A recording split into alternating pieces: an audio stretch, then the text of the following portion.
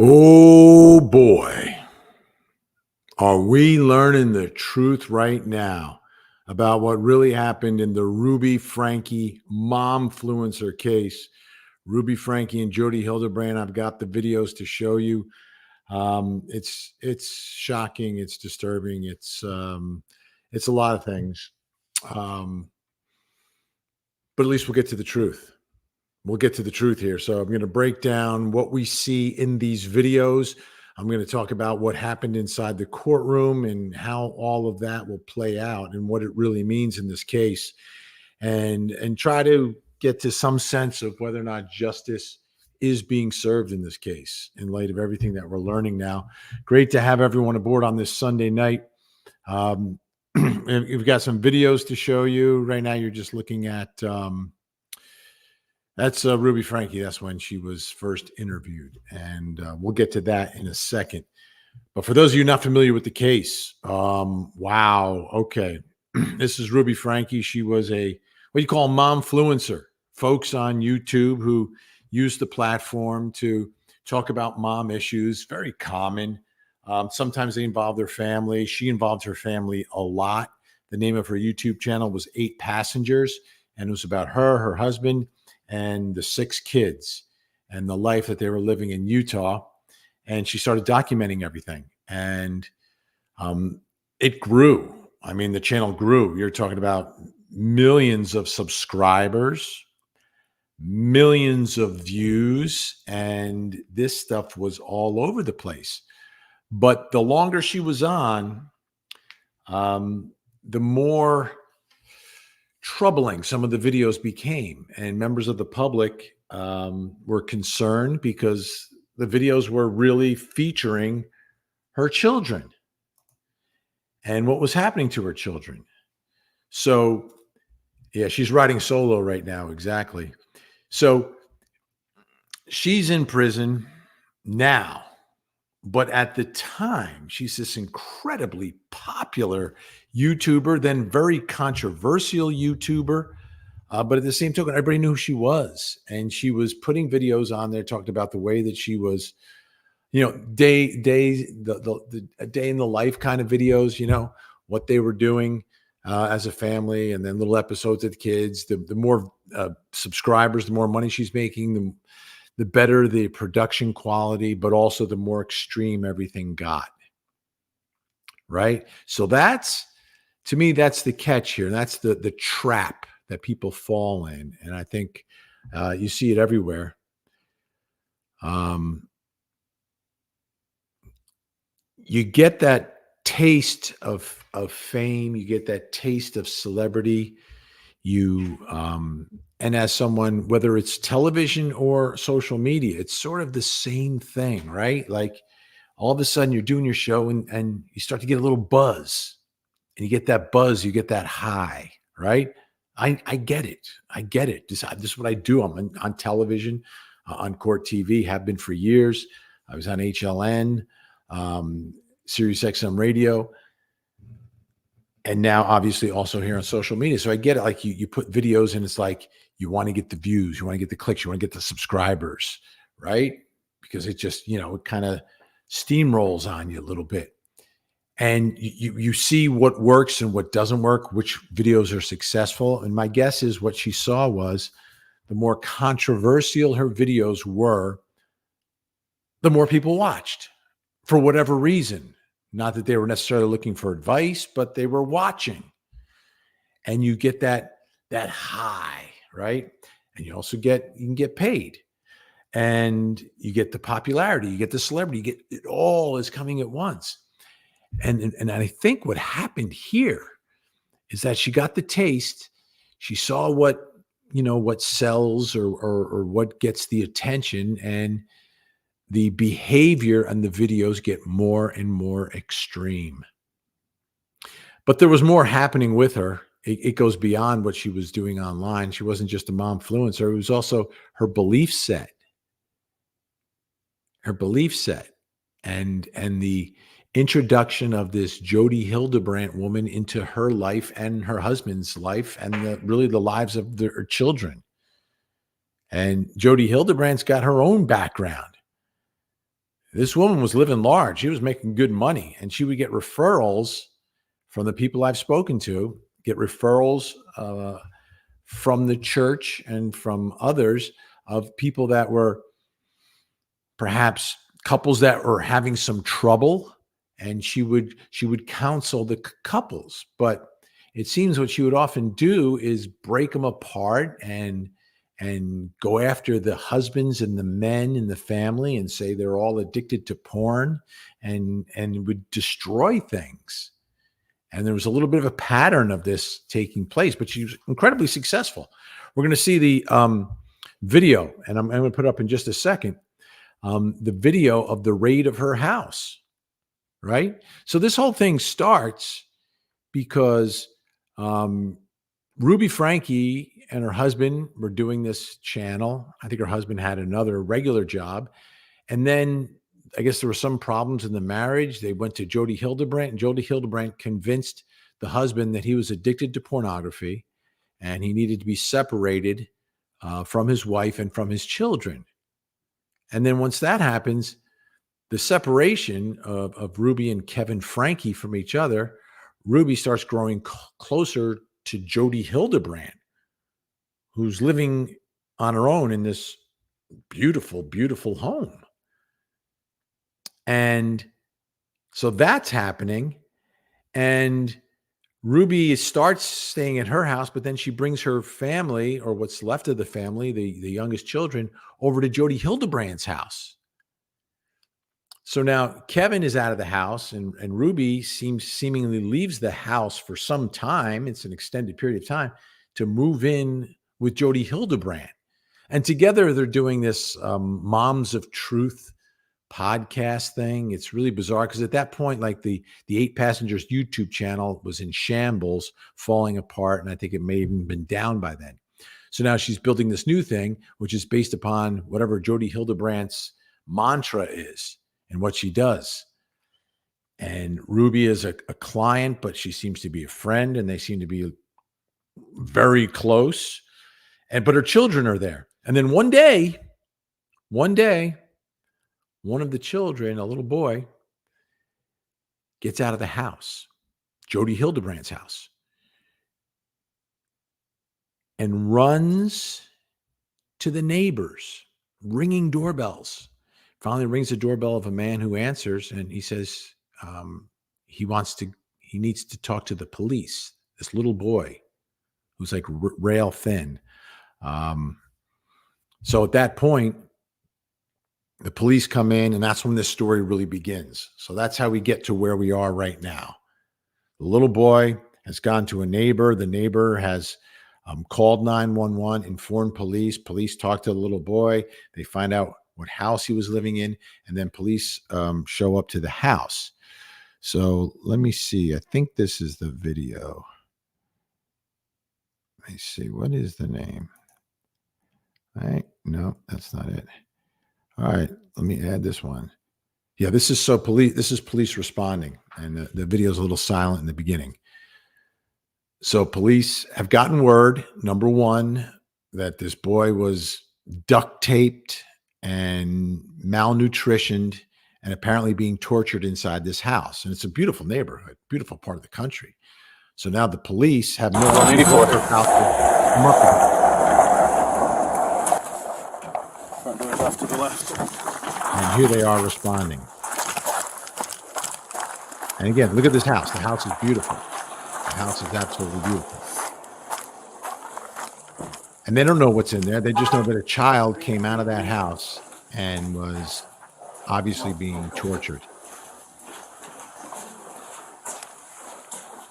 Like, look at this beautiful compound. And she was making real money doing this counseling, like good money she was making.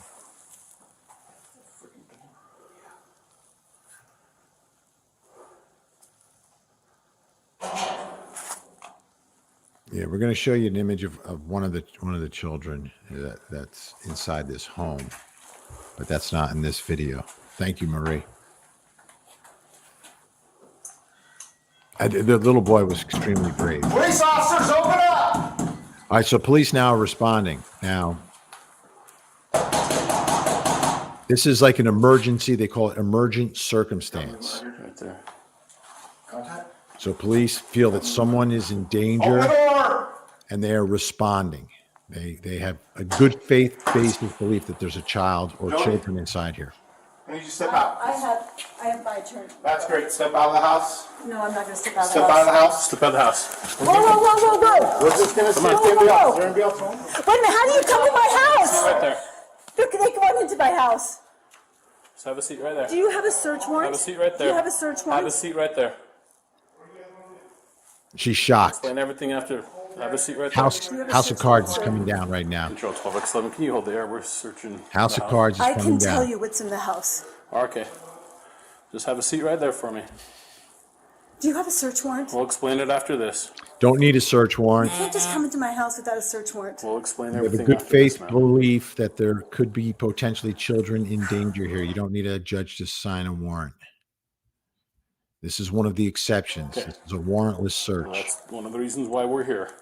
So we'll explain after everything's done, after we clear Which the is house legal. and make sure everything's fine in But there. why are you coming into my house without a We'll search explain warrant? One thing that surprised me But here that is doesn't that make they didn't sense. pat her You come down. into my house and do what you want, and then you tell me you don't have a No, warrant. we'll explain why we did. But They have don't you no have to have a idea warrant? who she Not is at this and what's moment, we going on don't. in this house. We're here on exigent circumstances. Exigent And circumstances. I'll explain it after this, after my sergeant and the officer. All right. Let's get to the next one. That way.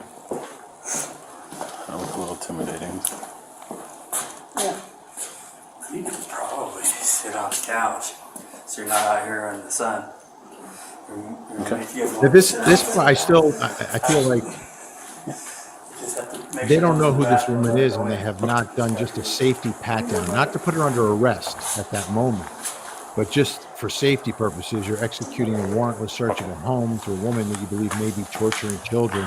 You might want to check her for a weapon, but they don't do that. And this is the point where I believe she wants to go to the use the bathroom. Okay. And they let her go in there.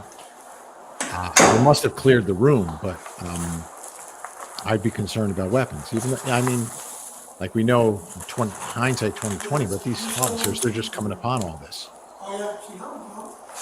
Now you look at the house. The house is like beautiful. Where is it? This is amazing. I mean, she's making He's real outside. money here. And she's some sort of counselor, and she gets Otherwise, mine's referrals still from the blocked. church. Like the address, I pulled it up, right? And I drove over. And it's like, I'm the last car at the very end right there. Oh, damn. I think. I rolled up and the lady's like, oh, they're down the street. I'm like, what the heck? Why are all the cars out? Yeah, I think he went down and grabbed mine. Mine was blocking another road, so. Yeah. What do you guys like? Oh, yeah. Why do you want to walk over? That's what I would have. She walks over. That's what I would have. It's my girlfriend for you. And this officer picking it. Not sure. Could be a lawyer. Could be a lawyer. They have contacted a lawyer. I'm not sure. But the things that strike me here, the house is just amazing. Is that a cross? Is that a cross on the wall? Looks like a cross, maybe. But what, I mean, what was going on here? What's in my car? Oh, no, it's not a cross. I thought it was a cross. It's, I mean, you don't expect this, right? You're an officer, you show up to work, something like this, in a house like this. Like usually when there's houses where you find children, you know, there's like some dungeon or something underneath. This is a beautiful, beautiful, sprawling home.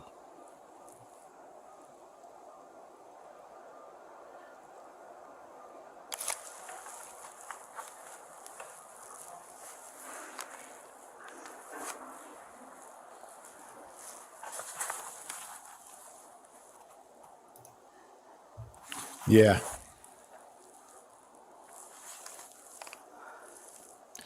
So if you're just joining us, we're taking a look at these new videos released in the Ruby Frankie Jodi Hildebrandt case. Right now we're inside Jodi Hildebrandt's home on the day that all this breaks. This is the moment. The little boy has escaped. He's gone to a neighbor's house. They call 911. Officers, you know, they get the information. They're trying to figure out what's happening. Then they realize that there could potentially be someone else in danger in the home. So they're executing a warrantless search of this home, exigent circumstances, trying to save anyone that may be in peril. And you saw Hildebrandt when she came out on the phone, was shocked and was looking for a warrant. Where's your warrant? You have a warrant to search? Don't need one at this moment. And she just went into the bathroom, likely to make a phone call, is my guess. She had her phone with her. They didn't pat her down again, which really surprised me.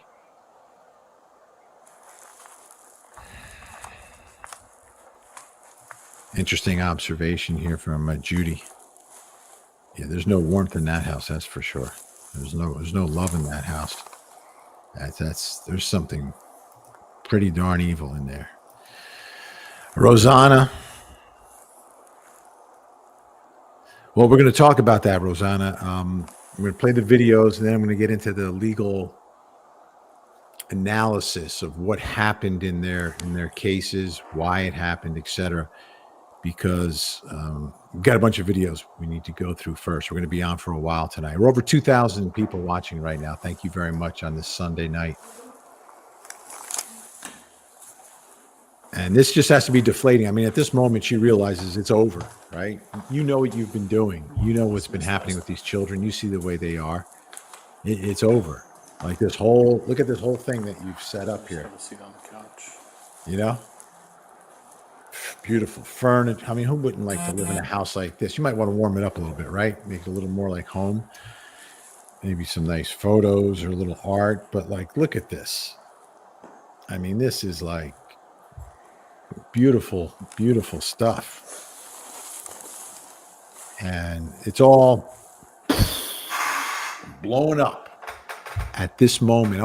It's always interesting to see criminals at the moment that it's over, and especially someone like this, it was beyond fraud what she was doing. It was almost like it was evil. It was evil the way she was destroying families and lives, and what she did to the Frankie family. Okay, that's it for that video. Now, what I'm going to show you next, and okay, so this is what I'm going to prepare you for, right? Give you a little bit of a warning. They blur it out, but this is the EMT workers and the responders when they find a child in that house. And the child is like in this closet. It's a big closet, but it's in the closet and is, you can tell this child's been harmed to some extent. So we're going to show that to you now and watch how EMT handles that. There's nothing at all you want to talk about at all? It's okay to talk to me.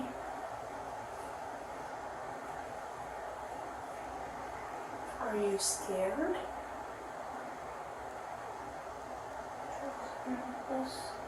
What? And they get her to respond. Not easy, not easy work. So can we carry you from there? It's the right choice. I promise. Pinky promise. We helped your brother. And we got him some help too. Over an hour. And that's what we want to do for you. That's we want to get you some help too. We are safe. We will not hurt you, and we won't do anything to hurt you. And at this point, you're just trying to get the child to feel comfortable. This is because they know the extent of what's been happening, and physically and visibly when you see the child, you understand what physical state she's in. And then from that physical state, obviously, the next thing is going to be the mental state of the child. And they do an amazing job in getting her to actually get up and leave. But it wasn't immediate. It was not immediate.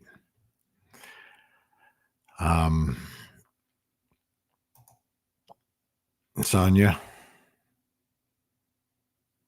no love in the home. But if you're just looking at like the bones of the house, right? Like everything that's available. I mean, it's not a cheap home.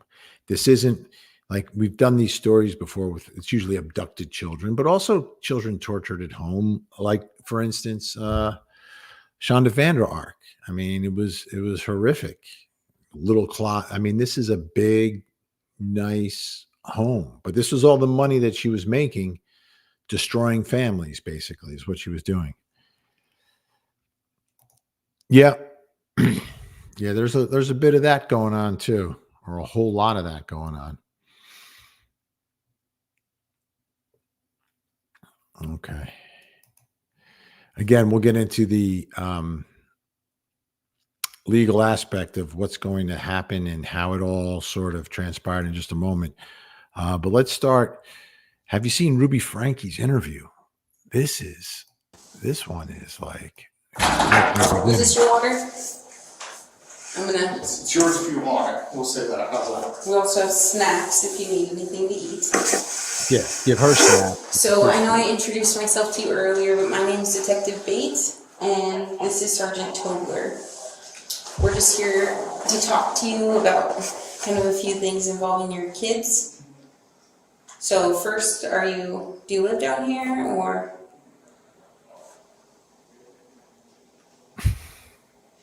do you live up north?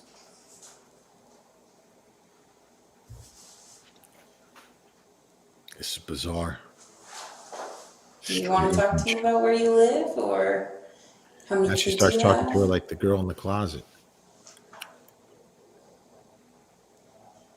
So we just spoke with your husband, and he said you guys have 6 kids. Are those all together? Are those all your kids?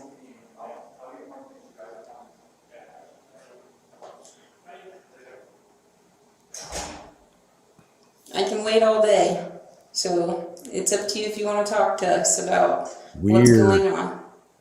Weird. This is a bizarre woman. Would you feel more comfortable talking to one of us? Or do you want me to I can step out if you want? Or if you feel more comfortable talking to him, I can step out? I'll wait till I have a lawyer. Okay.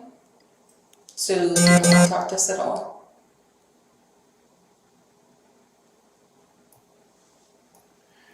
She knows. She knows what she's been doing. I'm going to wait till I have a lawyer. Of course. She's not. Do you want to answer that? You can't ask more You questions. don't want to talk to us about anything? I don't know why they're questioning after she said she wanted a lawyer. None of this would be admissible. I don't know why you're doing that. Yeah, this is just your chance to tell us. We're just trying to get your side of the story. So it's your chance to do that. But it's up to you. Unless they're trying to get information about a child that's in danger. Once you ask for a I'm not lawyer, asking any criminal questions. If you don't want to talk to us, just let us know and we'll be done. she already said lawyer. I've already told you. That you want a lawyer? Okay. Yes. Okay. Easy enough. Thank you. Is there anything else I can do? Actually, the for first you? time. I mean, if she had said something incriminating after that, you couldn't use it in court. No? Okay. She's not stupid, right? We know that. We know she's not stupid.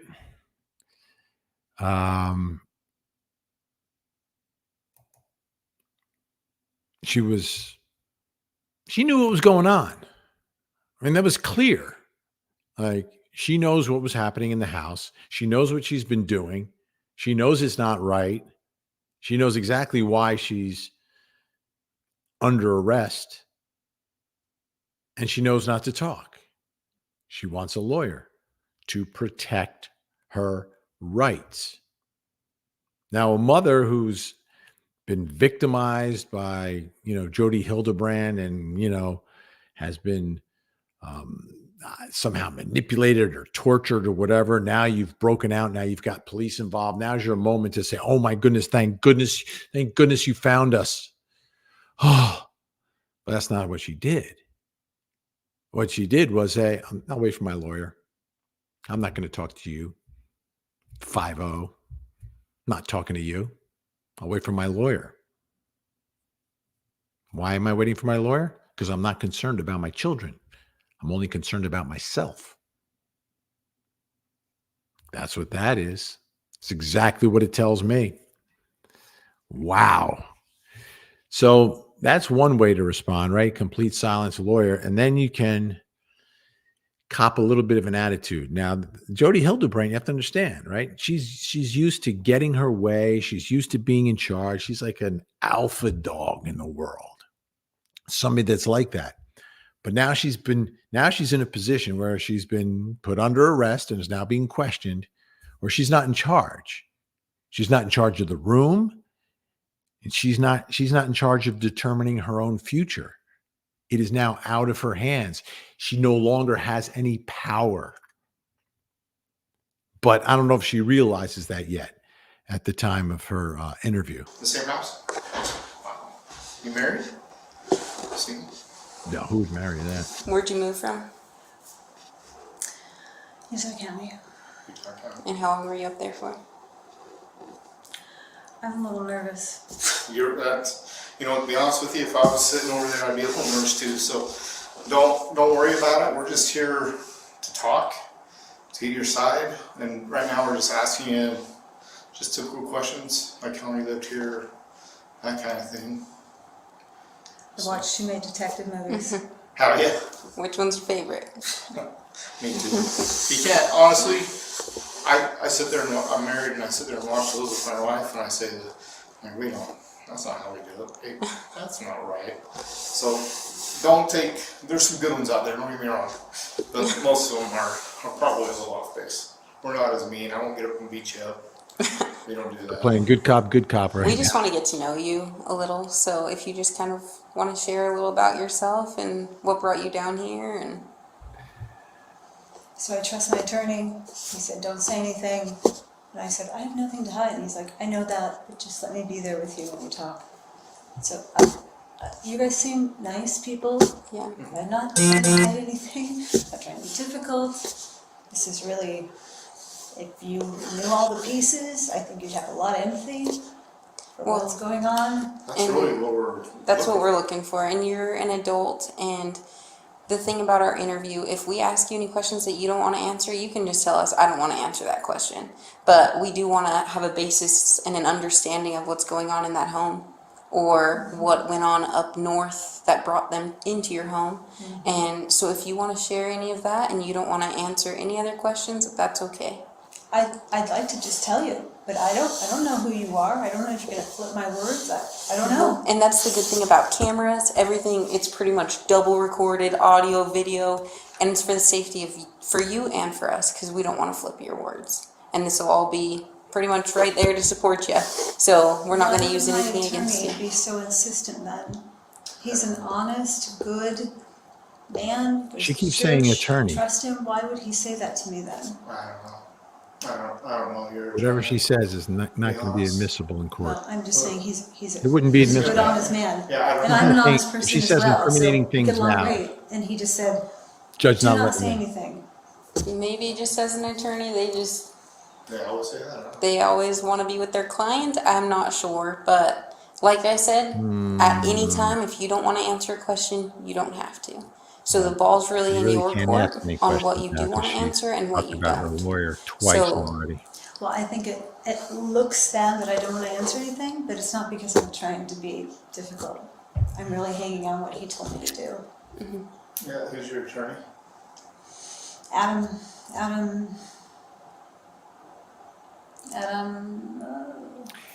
I still, father's an I attorney. get it. Like, his brother's if you're an trying to get attorney. information Yeah. Is it? to help save a child, find a child, sometimes they don't worry about the, Miranda warnings and Oh, They're when all the same someone name. talks The whole about their reason we're lawyer sitting here stopping today is questioning, right? There's a lot of questions we have that we just maybe misunderstandings that we just need to clarify. And I know, and I'd love to tell you if he were here, because I don't know. See, she's already said, I'm not I going to talk to don't. you I about a lawyer. don't know what's going to happen with what I say. Like, even if she says You know? something now, you could use it to I save a I'm life. a psychologist. You can't I've use watched it in a people flip courtroom. things all the time, so I get it. I sit on your side. I get it.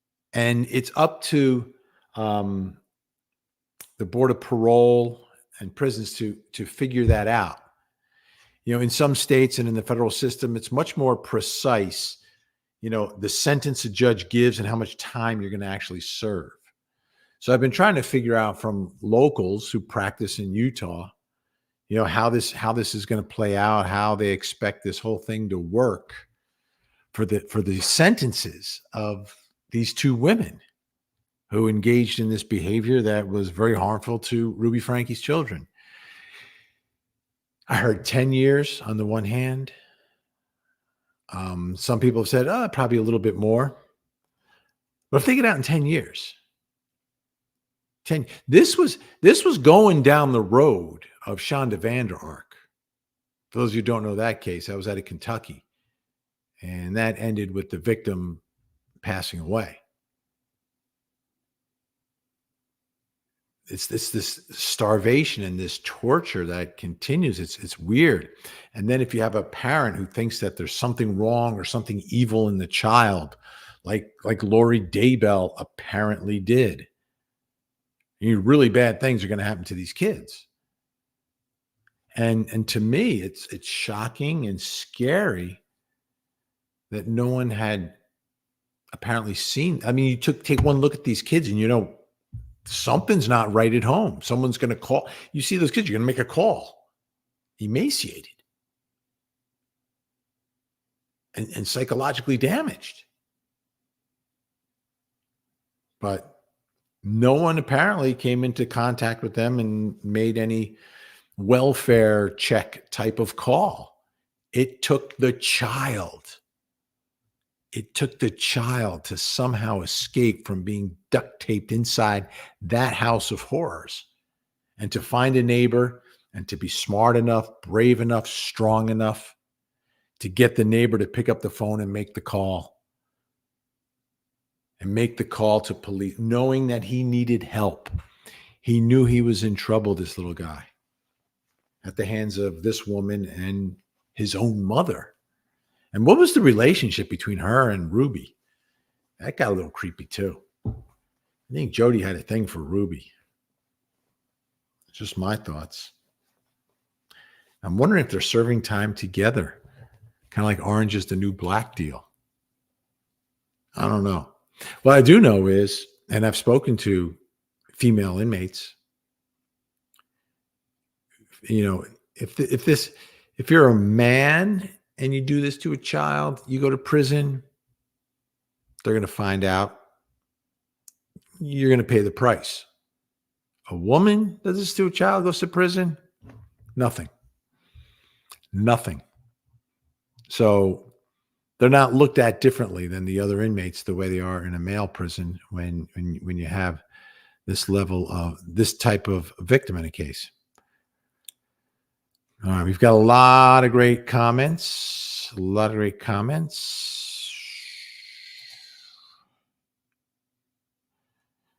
Again, commenting on the inside of this home. Nothing warm and happy. Nothing warm and happy inside that home. It's just as far as houses, it's great. As far as houses, it's a great house, not a warm house. Here we go. Vinny's weirdly obsessed with his home. Well, the reason, side Barbie, is in this type of case, and it's not the first one I've covered. I've covered dozens of these. It's never happened in a home like this. Never. Sometimes it's a dungeon. Sometimes it's kind of dirty. You know what I mean? It's all those things, but not in a house like this. That's the obsession. This is like the old saying, you know, when dog bites man, it's not a story, but when man bites dog, it's a story. Well, to me, this makes this a bigger story based upon the scene of the crime. Have you seen a scene like this? I haven't. If you have, Barbie, let me know. There might be another case, but I cannot remember ever having a case like this in a place like this, because I've seen the pictures. And usually it's, because a lot of times in these cases, the parents are strung out on drugs, or they're really, really, really like, there's something like so wrong with them that they can't function in society, right? They're people who are like kind of the outcasts of society. Here you had people who were functioning within society. Jodi Hildebrandt was running a business, scamming people, but running a business and, being able to have some semblance of being in the normal flow of life versus the other parents and people that we've seen in situations like this. Which is also why in the Ferreter case, that might be the closest to this, but in the Ferreter case, the whole reason it's a story is, again, where the child was put. They built a box in a garage with a bucket, a mattress and a bucket and a camera. Mm-hmm. Mm-hmm. That's sad. That's sad. Know your neighbors. Well, I think that the neighbor who called here didn't really like Jodi Hildebrandt. I think they had issues.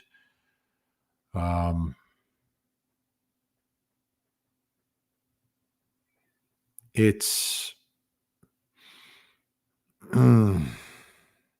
oh, this is interesting. Let's see. Kevin Frankie is trying to block the sale of Jodi Hildebrandt in order to pay for his children. So interesting. Probably, I mean, there'll be civil lawsuits, right? Civil lawsuits for all this. Yeah, I don't know if this house was not from the YouTube page. This one wasn't.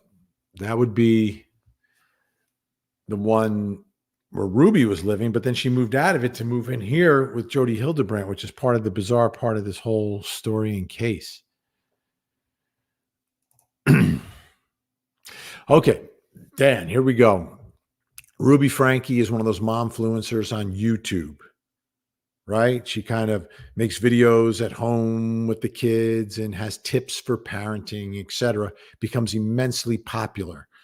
Millions of subscribers, millions of views of her videos, and it's sort of like snowballs, right? She gets bigger and bigger and bigger. But at some point, her videos started getting a little more troublesome, a little more extreme in some of her parenting measures. And people who were watching the videos were calling family services. There were investigations, but nothing ever happened. But eventually the YouTube channel sort of imploded and it ended. Then there were some issues in the marriage that Ruby had with her husband, Kevin. They were referred to Jodi Hildebrandt, I believe, by the church as a counselor for their marriage. And she immediately separates the husband and wife and accuses the husband of being addicted to pornography as well as other things. And for whatever reason, Ruby and her children move into Jodi's house, like the counselor's house. That's so inappropriate on so many levels. But then one day, one of the children, a little boy from in the house, escapes and gets to a neighbor and is able to call police. And then they respond and they find his sister in there.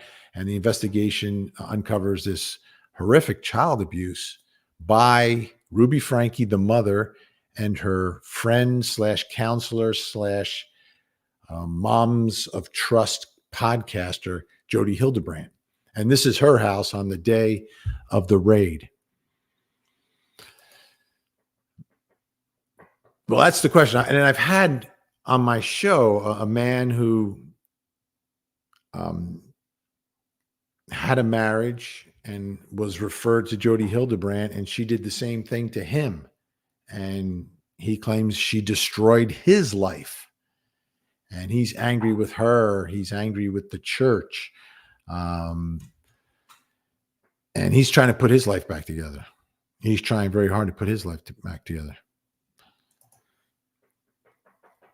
Well, that's where they're going to be. And the question is how long, right? I've heard as it could, at least 10 years, potentially 60 years. And that decision will not be a judge's decision. It's the Board of Parole and Prisons that will make this decision. based upon whatever criteria that they have.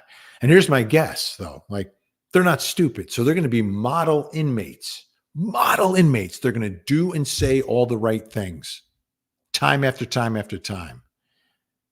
So that's why I believe personally they're going to get out sooner rather than later, like perhaps closer to 10 years than 60 years for what they did. We're over 3,500 live viewers on a Sunday night. On a Sunday night. Thank you, everyone. Thank you so much. Smash the like button. Let's go. Let's smash them. Smash them. Smash the like button, please, please, please.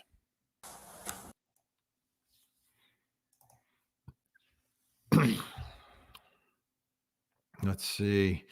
Great comments. Great comments. So this case, was on our docket at Court TV. It was going to be a huge trial. And the way I thought it was going to be, it was going to go, they're going to point the finger at each other, right? Ruby will say that she was influenced and under the, a spell by Jodi. And Jodi's going to say, not my kids. Ruby was in charge of her kids. I'm not in charge of her kids. I just gave her a place to stay. Well, she was trying to get back up on her feet after her husband, or their marriage was breaking up. 3,600. Thank you, folks. Thank you. We're live streaming right now, Facebook, X, YouTube, and of course on Twitch. And I would like to thank the 3 people on Twitch who are watching right now. Thank you. Let's see.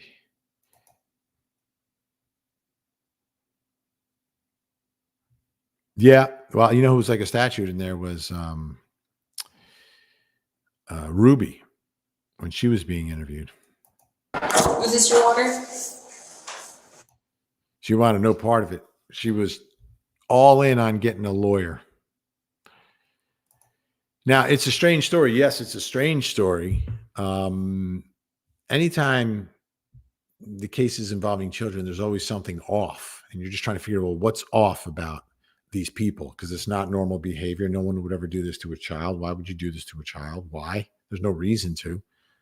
And this was, I think, a combination of Jodi's manipulation of people, Ruby's lack of whatever being, I think she was influenced, despite the fact that she's an influencer. I think she was influenced by Jodi. And that doesn't absolve her of anything. But I think she was influenced by her and followed her and dragged her kids into this dark world. And I think she did it knowingly. I think she knew exactly what she was going to do, what she was doing, because to a certain extent, she was doing some of these things on YouTube. Obviously not to this extent. You put this stuff on YouTube, it's going to last about 30 seconds before police are knocking down your door. But everything was skewing that way. Like the punishments and the behavior was getting more and more extreme. So, it's some combination of wanting to get views versus what's going on in her mind, her beliefs, and the influences around her. And apparently Jodi Hildebrandt was a big influence here.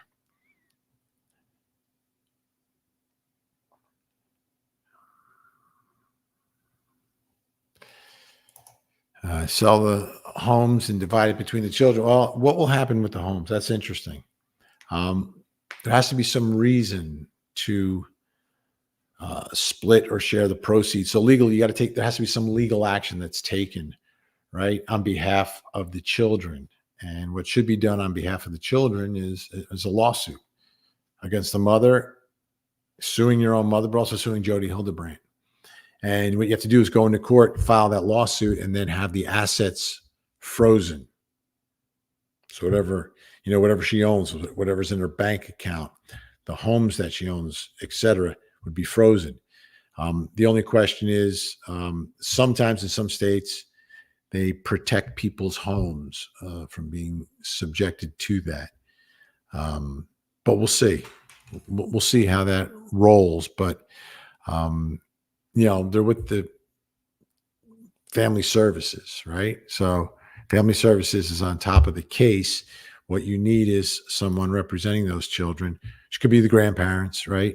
Jumping into the game and filing those lawsuits to help provide for the kids.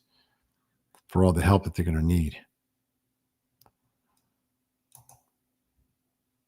Yeah, Nikki B, absolutely. But I think it's twofold. It's at this moment, she does realize that this is real trouble because she witnessed and knew what was happening in the house. It wasn't a mystery to her. So she knows she's stuck. I'll just talk to my lawyer.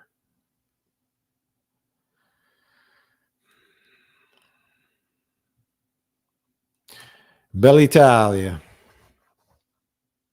There's a Vallo part to it, absolutely. And you go back to Lori Vallow, the doomsday couple. Her thoughts of the demons and all these things that were invading the bodies of her children. And does she actually believe that?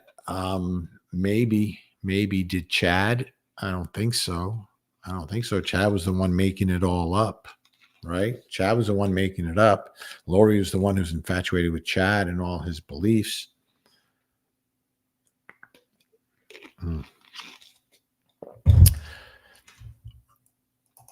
Again, thank you everyone for joining us tonight. Great to see you. Ashley, how was Jodi affording her lifestyle? The house, the story being perhaps the Mormon church.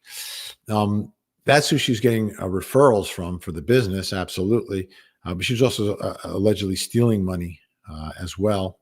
So she had a couple of different angles in getting the money. But this was real money. I mean, she had clients, people that had money. Like these were like regular couples, people working, building lives, being responsible, etc. And then they're sent to this counselor. It costs you some money, and the treatment goes on and on and on because you're not going to get better, and you're not, it's not like everyone's going to reconcile out of all this. So it was a bit of a racket, to say the least. A bit of a racket, and yeah, the church's involvement, in my understanding at this point, the allegations against the church by some are the referrals and then understanding what's going on and trying to, sweep it under the rug a little bit. But we'll see how that plays out. Those are the allegations. Obviously, they have their own side of the story. How is she in a position on love and happiness when her personal life is in shambles, right? And that's a great point. I think that's a great point. Contradiction. Clean up your own backyard before you clean up mine. And her backyard was an absolute mess. But somehow she was able to parlay that and convince. She just must be very convincing. Like there were points where she had, I believe her license was suspended for whatever sort of counseling she was giving. So I think at one level you need a license. At another level, you don't necessarily need a license. But there had been issues in the past, and the question is, when those issues arose, what was the reaction of the church? Did they support her or the people making the allegations? I think that will be a big part of that case as that develops. Absolutely. Thank you, Melissa. Eric, tonight, if the news is coming out of Utah, best believe it's this is interesting because we are getting a lot of news out of Utah.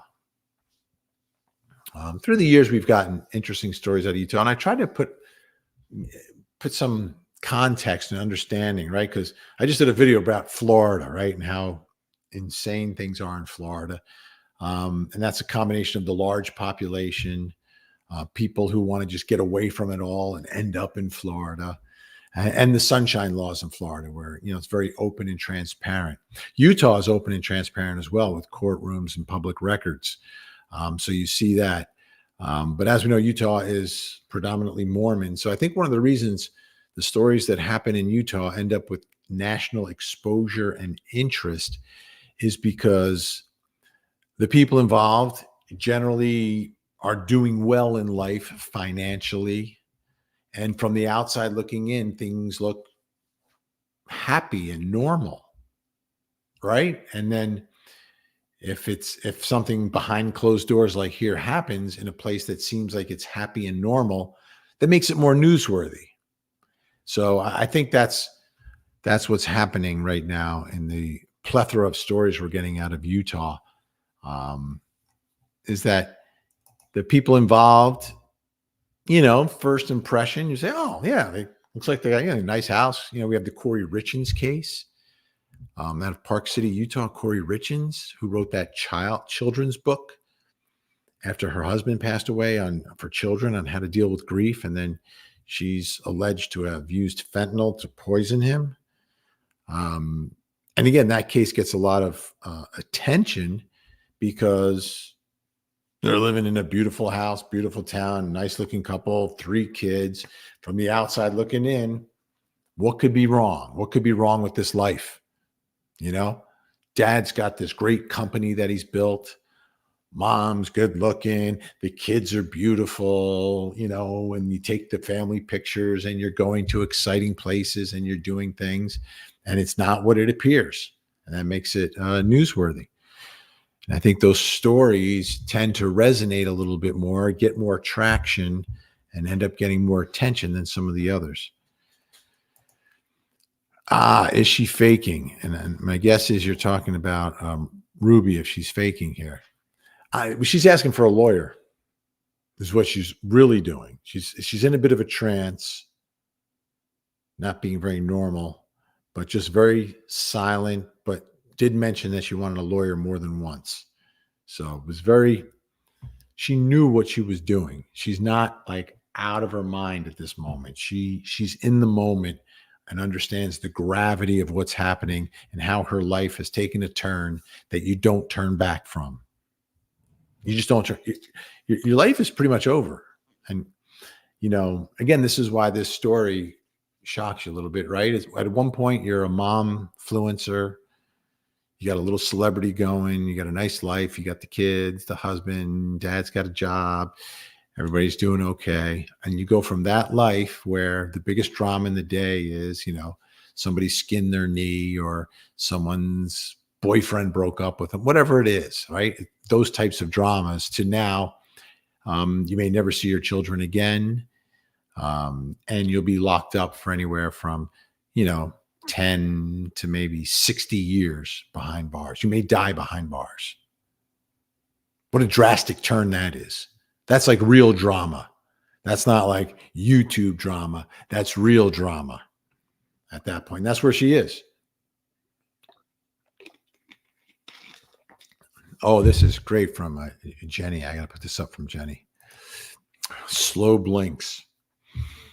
Slow blinks. Those are some slow blinks. Yeah, like it stays down there. Just an extra beat on those blinks. Nice perception there. Thank you. Let's see. This one's a weirdo. They both will now live in a yeah, that's the way it's going to end up, Tony Ann. But for how long? Again, you have folks like this. I believe, my gut tells me, these two are going to be model prisoners. They're going to do everything right. They'll probably be like, the guards' favorite inmates because they're going to be very cooperative. They're bright. They'll be helpful. And, they're going to do everything they're told. So when they get in front of the parole board, because everything is at stake, the rest of their lives will depend upon how they behave in prison. And unfortunately, that will be the basis, I believe, for them getting out way, way earlier than they actually should.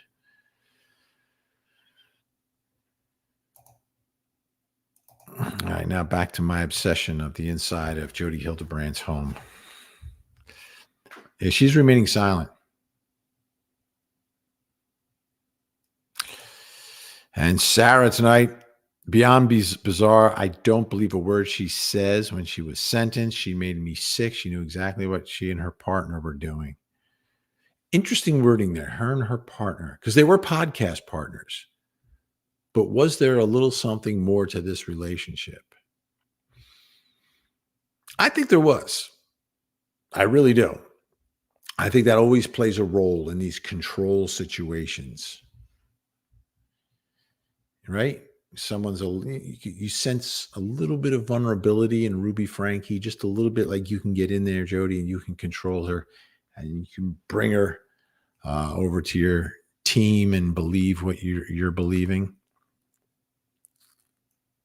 Thank you, Sarah. Great to have you aboard. Good to see you. Bizarre is the word of the night. Bizarre. How about demonic? That's a good word. That's a good word tonight.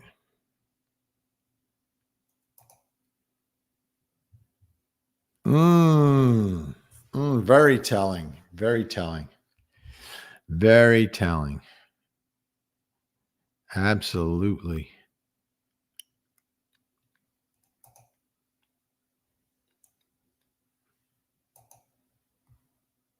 Yeah, Morse code with the eyes.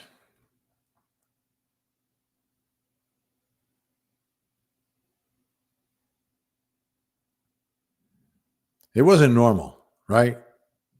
Like, we know normal, and then you know when something's a little off, or sometimes a lot off. You could feel it, whether it's in the interview or whether it's when someone's testifying on a witness stand or when you meet someone at a dinner party. You can tell. You can just tell. I love when the lawyers come on my show and tell me that the innocent people need lawyers too. I guess there may be some situations where they do, but they're like, always, no matter what, you need a lawyer. I'm like, yeah, you guys are lawyers. Of course, everyone needs a lawyer.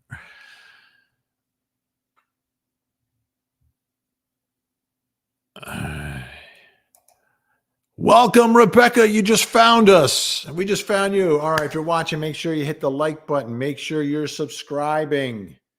Make sure you're subscribing. If you're on Facebook, make sure you're following. Make sure you're sharing. We've got 3,800 live viewers right now across all the platforms, mostly YouTube. YouTube is strong right now. Strong.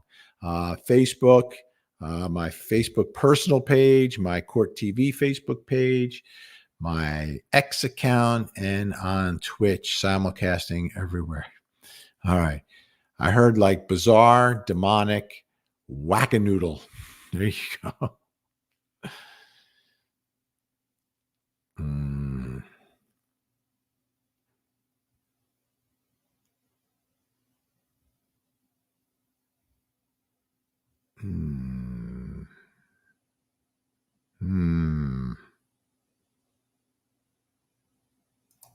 Adam Steed, yeah, that's the man who was on our on my show. Here's the answer. Yeah, convicted. Not a trial. If it was a trial, you would have seen it on Court TV. Trust me. Guilty plea, and then the judge sentenced. I think it was 1 to 15 on 4 counts, consecutive, not concurrent. So they're supposed to run one after the other. So it's 60 years, right? But the actual amount of time will be determined by the parole board in the case. So at some point, she'll be making her case to get out, both of them. And the problem is, you're model prisoners. You know what to say. You can play the system a little bit. No. Miranda rights are Miranda rights. It's federal law. It's constitutional. They're not different. Each state has its own criminal statutes and criminal code, but certain things like Miranda warnings and Miranda rights, those are across the board based upon decisions made by the Supreme Court in interpreting our Constitution. So those cases are lock solid. There's no way around it. And the way, and you may know this, but I'll explain it anyway. The way it works is like every state has its own set of criminal laws. But if a state passes a criminal law that is unconstitutional, when it gets challenged, ultimately, if you run the gamut of all these state level courts, including like the local state Supreme Court, and you lose, but you still want to challenge it, you can apply for the U.S. Supreme Court to hear the case if they decide. They don't take every case, but if they decide to hear it and there's a constitutional issue involved, they will make the ultimate decision. And the decision they make is law. across the board, applicable to every state in the nation. Like the Miranda case came out of Arizona, but applies to every state in the union. So it's based upon the Constitution, which is the supreme law of the land. We're closing in on 4,000. Hit the likes, hit the likes, hit the likes, hit the likes. Share it, share it. We got to get to 4,000. We're at 3,900 right now. I'd like to hit 4,000 on this Sunday night of all nights, Sunday night. I do believe the parole board the victims have a right to be heard, whether it's in testimony or in letters. This will be interesting to see the way this plays, right? Because the victims, at least in the case of Ruby, those are her children. Will her children visit her? Will her children say, we're okay with mom getting out? Because obviously they'll be adults by then. And we don't know what they're going to think about all this. Hopefully they get counseling, et cetera, and can understand it to a certain extent and move beyond it.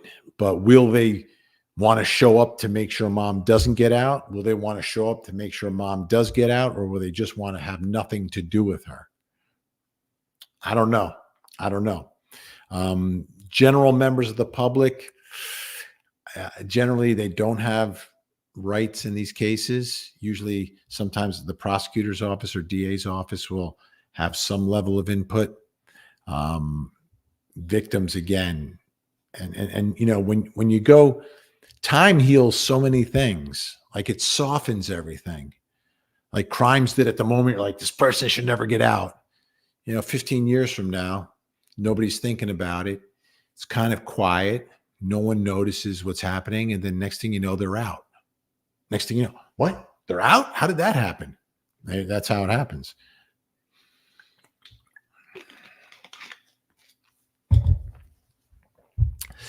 Yeah, this is interesting. We'll see if anyone else is implicated in anything, whether it's a civil case or some sort of criminal investigation.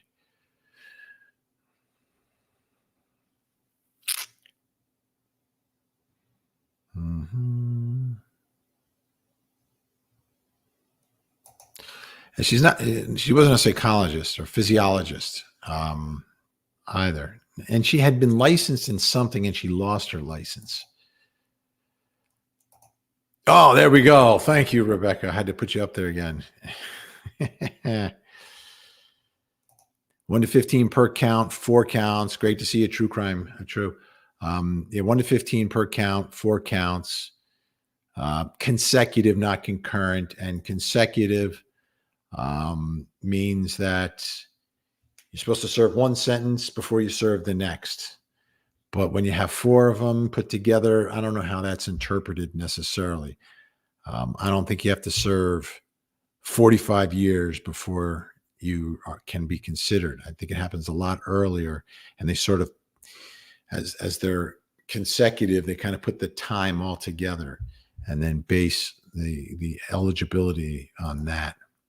Melissa, the situation makes you wonder about the gap between public image and private reality. Raise those eyebrows. Yep, indeed. And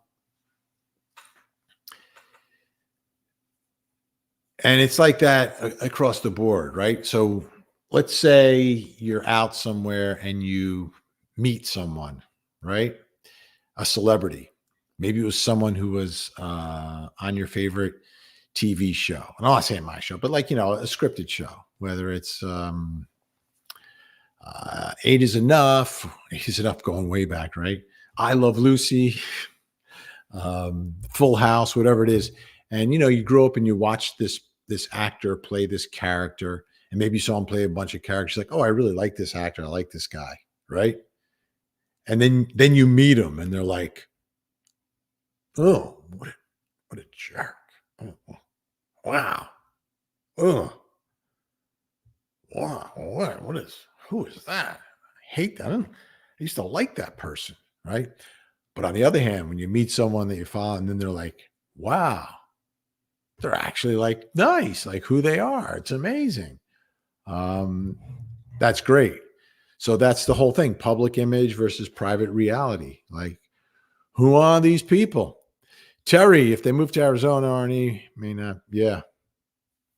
Mm, mm, mm, mm, mm. Great point. Gray is with us. Gray Hughes investigates. Yeah, she was a YouTuber. 8 passengers. It's been taken down, but there was like a companion channel that they ran that may still accidentally be up for them, where you get some of their videos. But a lot of people had done like videos of their videos because she was doing extreme behavior on YouTube that resulted in investigations. And there were other YouTubers who would critique her videos and play clips of those. So you can still find her clips, although her channel is down.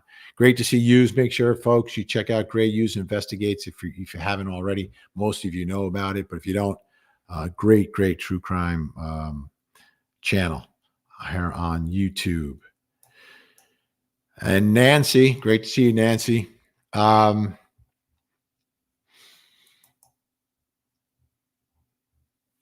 Get this on. All right. We didn't get to 4,000. We didn't get there. Oh, here we go. Bulldog just doesn't like that house. All right, let's go to the raid. Bulldog does not like the house. No, this is not connected to Chad Daybell. This is a completely separate case. Some similarities that you'll obviously see. Thank goodness the results not the same. But yeah, and another way it's similar to the Chad Daybell case is Lori started following the teachings of Chad in a way that Ruby was following the teachings of Jodi. Now they connected differently, but that part is very, very similar. Very, very similar. And there's also obvious religious connections as well. But in that way, the cases are the same when you look at the two defendants. Because the question in the Daybell case was always, well, who's the leader, who's the follower? Who's the leader, who's the follower? Right? In that trial, the prosecution argued that Lori was actually the leader. And I think Chad is going to use that at his trial, right? And pointing the finger at Lori. And it's going to be difficult for prosecutors to argue something different. As a prosecutor, if you're ethical, you can't argue two completely different theories of the same case in front of different juries. Like, it is what it is. Whatever you believe the truth is, whatever the evidence shows to you the truth is, that's what you argue. But you shouldn't argue Lori was the leader in one trial against Lori, and then you're trying Chad and you say Chad was the leader. You don't do that. You do that, you're no longer a prosecutor in my book. You're just a lawyer trying to win a case. Prosecutors are above that. Prosecutors are ethically tied to the truth. We don't just make stuff up so we can win the case. We use the facts to win the case. And if the facts aren't enough, that's all you can do. That's all you can do. But you can't change your theory going from defendant to defendant. And, is that what would have happened here? In the trial of, I think what would have happened here is that in the trial of Ruby, she would point the finger at Jodi. At the trial of Jodi, she would say, not my kids, not my deal. Yeah, it was my house. I was trying to help them out. This woman is really disturbed. That's what it would have been. But that trial's not going to happen. They both pleaded guilty. Yeah, to a certain extent.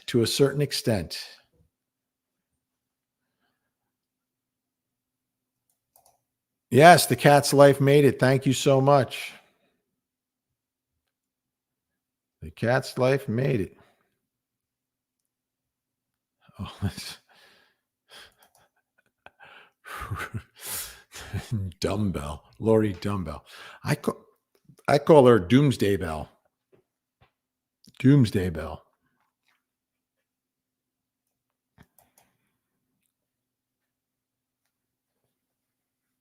Yeah. Now, like Jodi Hildebrandt, it wasn't cult like, but it has some similarities. And I'll tell you the similarities that I see. When you see these cult cases, every cult leader, right, in case I've ever covered, always controls and in some way manipulates people into engaging in fornication. Like that's the driving force. Charles Manson to the next one, to the next one, to the next one. That's what they want to do. For the most part, they control the money, the funds, and all of that, and they get the power. I get it. But there's always that aspect of it. There's always that aspect. And did that exist here? Was Jodi Hildebrandt after Ruby? You know, what was going on behind these closed doors that we're looking at? Don't know. Don't know. All right.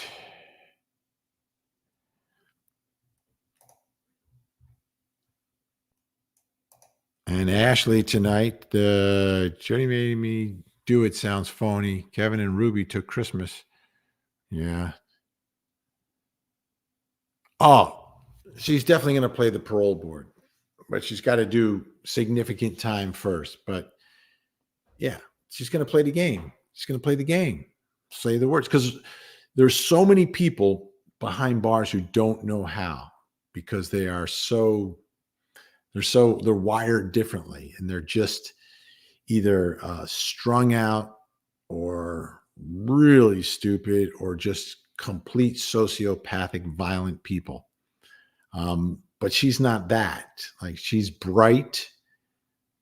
Obviously got this cold, evil streak going through her, but knows how to play the game. Because part of the whole thing was manipulating people and putting on a public facade. So that public facade that she could put on YouTube, why couldn't she put the same thing in front of the parole board? Obviously she can. Obviously she can. Will they fall for it? Will there be anyone there saying, no, don't let her out. Don't let her out. I don't know the way the victims who are her children will respond. Because at that point, they're likely no longer going to be children. And what will happen to them in the next 10 years? How will they develop? How will they be treated? And will they just like completely move on? Or will there be some level of therapy in going to visit your mother? I don't know how that plays. You know, right now, family service is obviously on top of it and getting help from the family, grandparents, everything else to help these kids out. But it's brutal. It didn't have to be. None of this had to be. It didn't have to be. If she wanted to be a momfluencer and have her YouTube life, she could have very easily done videos that weren't so extreme. Maybe you don't get as many views, but you know, you just keep doing what you're doing. Husband's working and have some semblance of normalcy, but she was anything but normal. Anything but normal. And it's amazing when you look back at the real early videos in the transformation and what happened. Because the first few videos, early ones, were it was almost like watching home movies. It was very normal. But then, you know, the envelope started to get pushed. And what happens is you put up these normal videos and you get 120 views, you get 75 views, and then something happens in one of the videos and it goes wild. You're like, well, what happened there? What was that? Oh, we had a little drama. We had a little something happen there. We need to do more of that. And then you start getting into reality show, you know, on YouTube, where you've got to create scenarios and create drama. And the one thing that was consistent, though, is that the videos that did the best were the ones that featured the children. And in a lot of them, the children, like you could tell, didn't want to necessarily be on television or YouTube. Because it's not just like you're putting it out there. Like all their friends will see the videos also. So if there's things that are embarrassing or uncomfortable, you know, that becomes part of their real life, day to day at school. Thank you, Heather. Right? And that became part of the reality for this family. Has there ever been a female cult leader? Good question. I'm not sure. Another great YouTube page. I don't know if you see Mike King, Profiling Evil. He's like a cult expert. He might know the answer to that. I'm not sure. I've never covered a case involving one, but there could be cults with a female leader. Yeah, I can't think of one. It's never come across my docket on Court TV in any of the cult cases that we've covered. It's always a man, usually a hairy older man with younger women. That's the usual formula. That's the formula, folks. Oh, we're so close to 4,000. Come on, smash the like, smash the like, smash the like, share them. Let's do it. Come on. Oh, we're this close. We're this close to 4,000 on a Sunday night. No less. Unreal. So we got a big night tomorrow night. By the way, there's a bunch of phone calls, jailhouse calls as well associated with everything that happened here. So check out my show tomorrow night on Court TV, 8 to 10. We're going to be talking about Ruby Frankie, bringing in some special guests, but also digging into some of the jailhouse calls as well, and some more of this video that's been released and uncovered. Oh, we are so close to 4,000. I just want to see 4K. Is that too much on a Sunday night? 4K. Sunday night 4K. Come on. Like it. All right.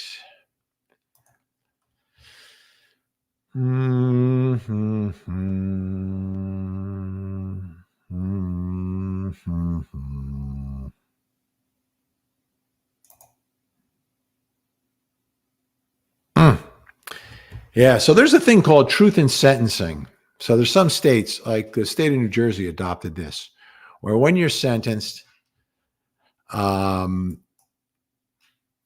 judge has to, on the record, put what the true amount of time that a person will serve behind bars is. Doesn't exist in Utah. There's this range, and you just don't know. Yeah, exactly. What does that mean, Shaquille Oatmeal? What does that mean? Here we go. 320 plus on Facebook. Let's all share and get 500. Come on. Boom. Come on. So close. I can smell it.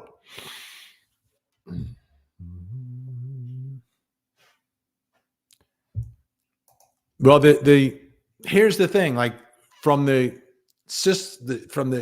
court system, it's been decided. It's this 1 to 15 consecutive 4 counts. But what does that mean in real time? You know, I asked 3 Utah attorneys and I got like 3 slightly different answers. But like in reality, it's not 60 years. Like if they are, if they do everything they're supposed to do, they could get out like early, like really early.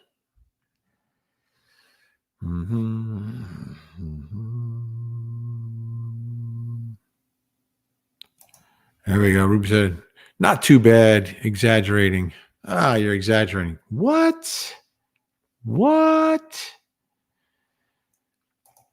Yeah, Vander Ark was Michigan, the state of Michigan. Each state has their own system, their own sentencing guidelines, their own statutes.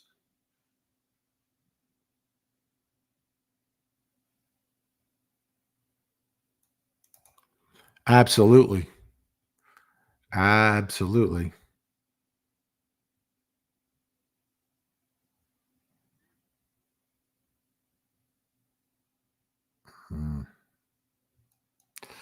So people called based on the YouTube videos, and there were investigations by family services, but there was no investigation at this point because this is after YouTube is done and over with. Done and over with. I believe the investigation was when they were still, Kevin and Ruby were together.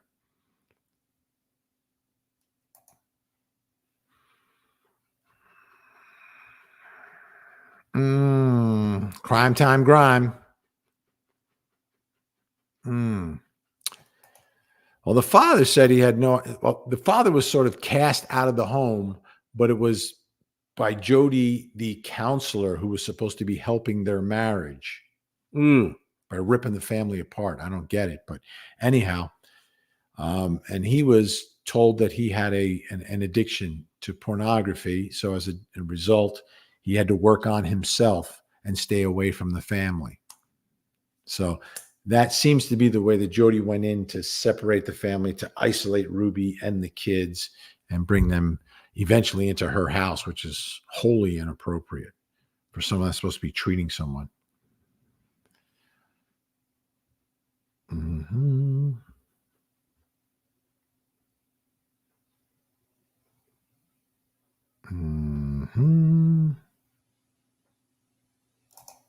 A lot of people are thinking this, but I have no idea. Controversy, cakes, boo.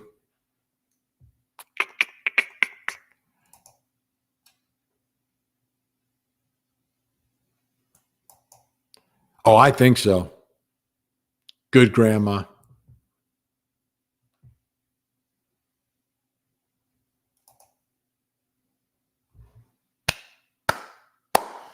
All right. Well, I'll tell you what, the Twitch people, we appreciate you, but you're not holding up your end in terms of total viewers tonight. All right. All right, folks. Delusional, evil, absolutely. Absolutely.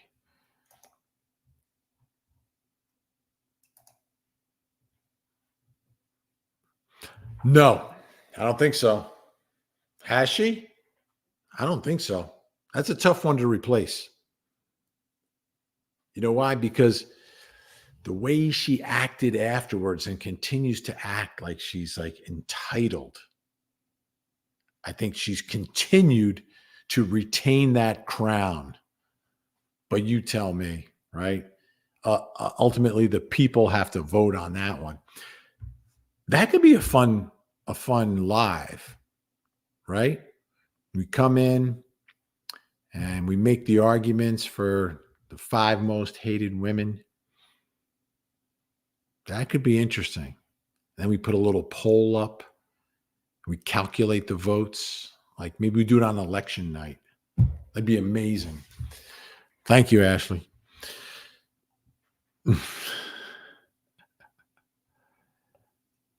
All right. Candy Brox with a super sticker.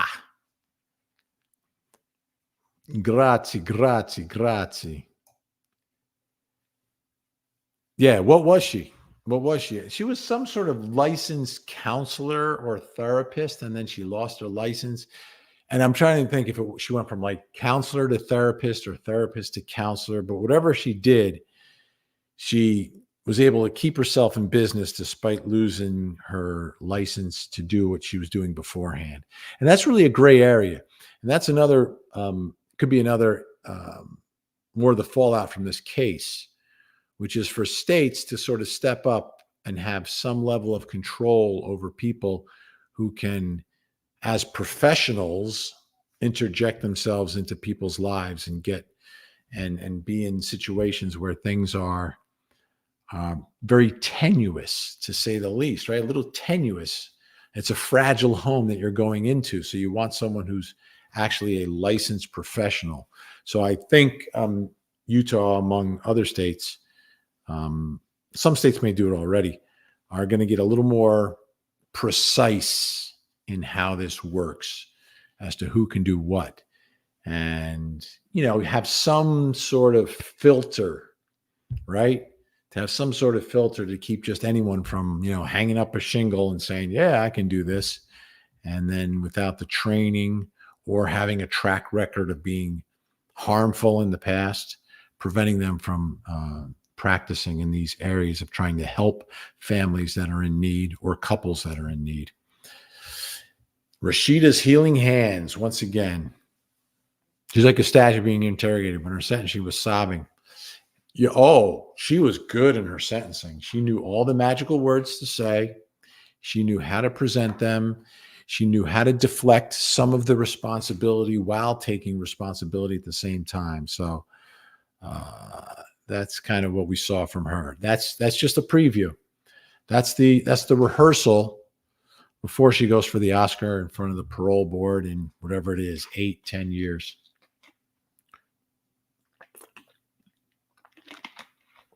All right, we did it. Longest live so far, 90 minutes on a Sunday night. So I've got to sign off here tonight, but I'll be back during the week. You can catch me every single night from 8 to 10 on Court TV. That is live. That is unscripted.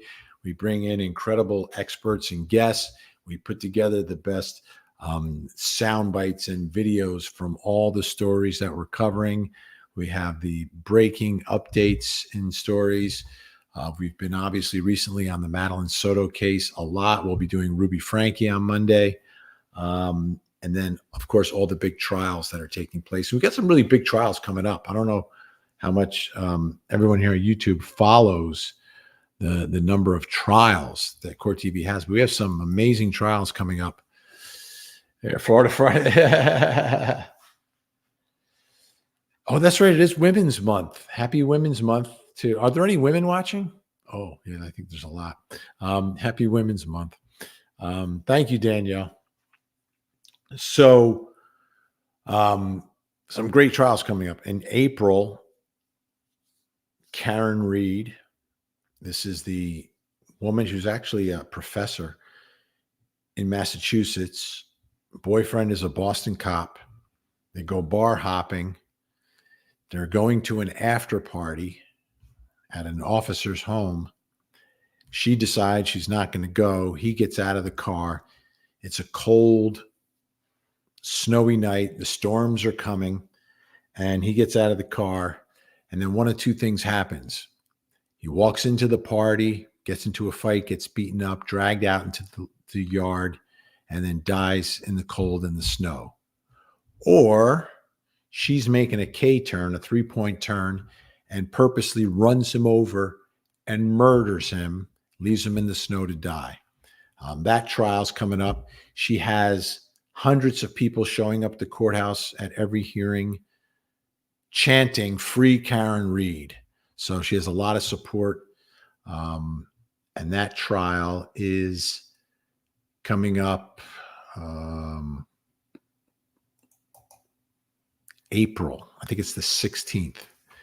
In May, the Delphi case goes in May. April 1st, in just a week, Chad Daybell. So you got Chad Daybell, Karen Reed, the Delphi case. There's another one in June. I'm not remembering it off the top of my head.